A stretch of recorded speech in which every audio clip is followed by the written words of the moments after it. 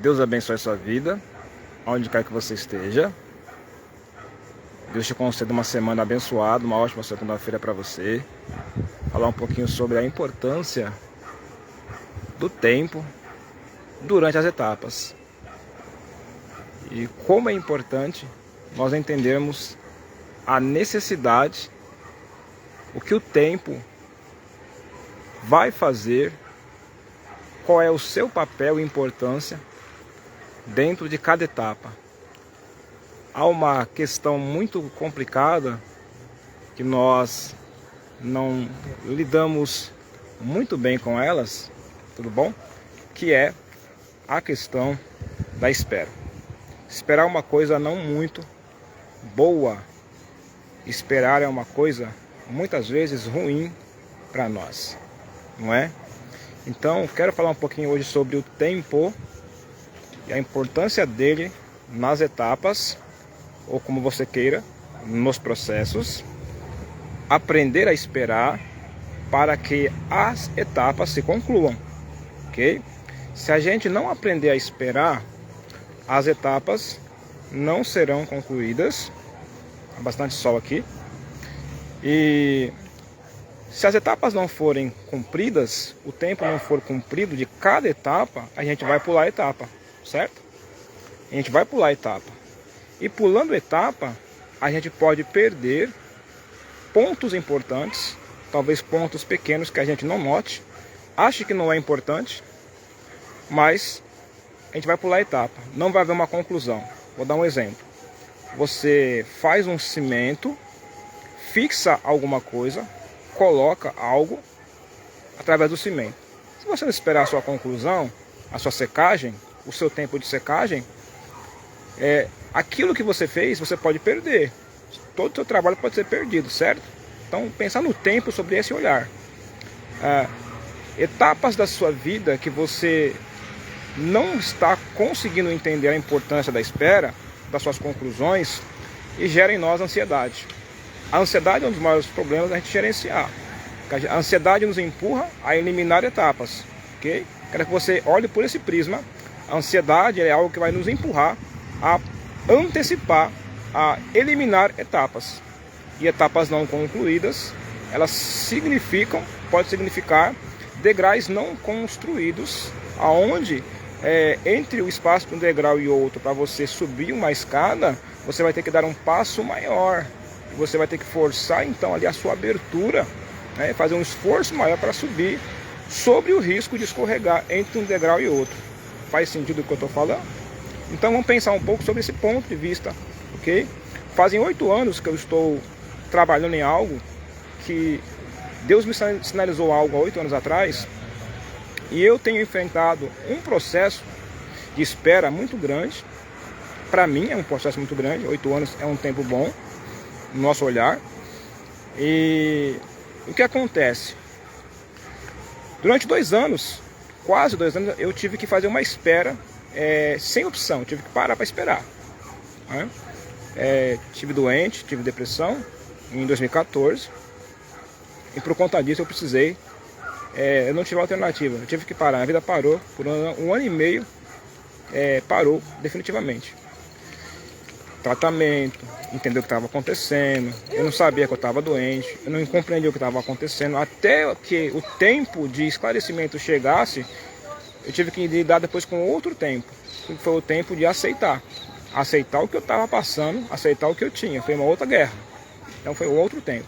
Então, essa reflexão hoje traz aqui para você um olhar de alguém que vivencia uma experiência profunda no campo da espera, no campo do aprendizado, buscando entender os processos de Deus, buscando entender a importância dos processos como está aí, para que a gente possa também aprender a lidar com a ansiedade. A ansiedade é um dos grandes males do nosso tempo, a pressa, a rapidez, que elas aceleram e nos impulsionam a pular etapas. Então, nosso coração fica ali meio apertado, dá uma inquietação muito grande. Alguns têm taquicardia, né, por conta da ansiedade, fica no desespero.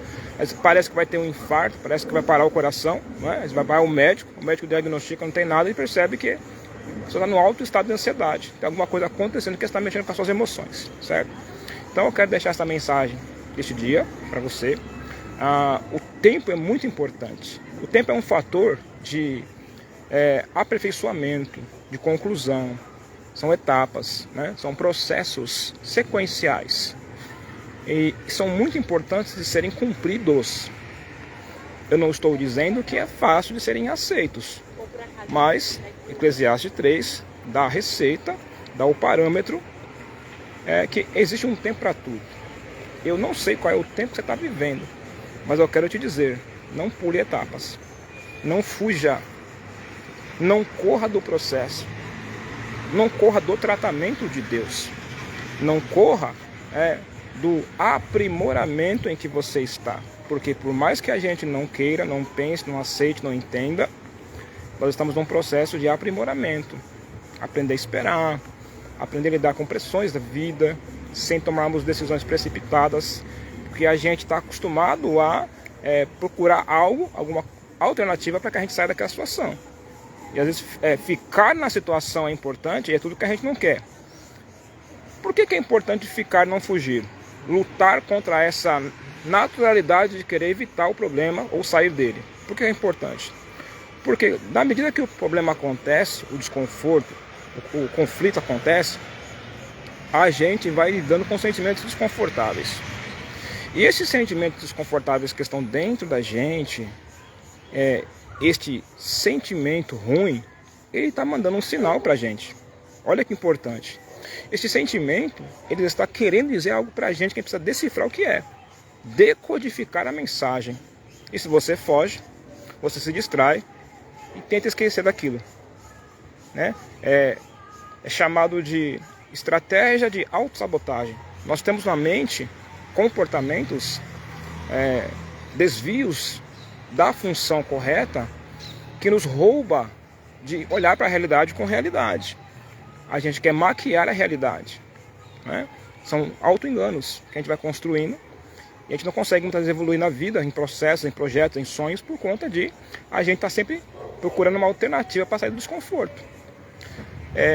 Se você perguntar para qualquer psicólogo, conversar com ele, com um terapeuta, sobre a questão da consciência, como é que a gente gera consciência? O que é consciência? Consciência é quando você entende, você fica presente no que está acontecendo, você não foge. Está dando dor, está dando desconforto, mas você fica ali.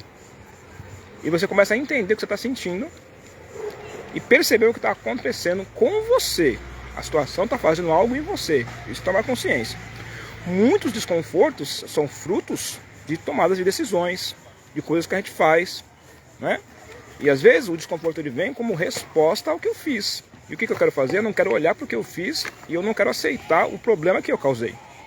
E é importante olhar para ele para que eu possa o quê? Aprender com ele, refletir sobre o desconforto, sobre as situações, ampliar tudo que está acontecendo.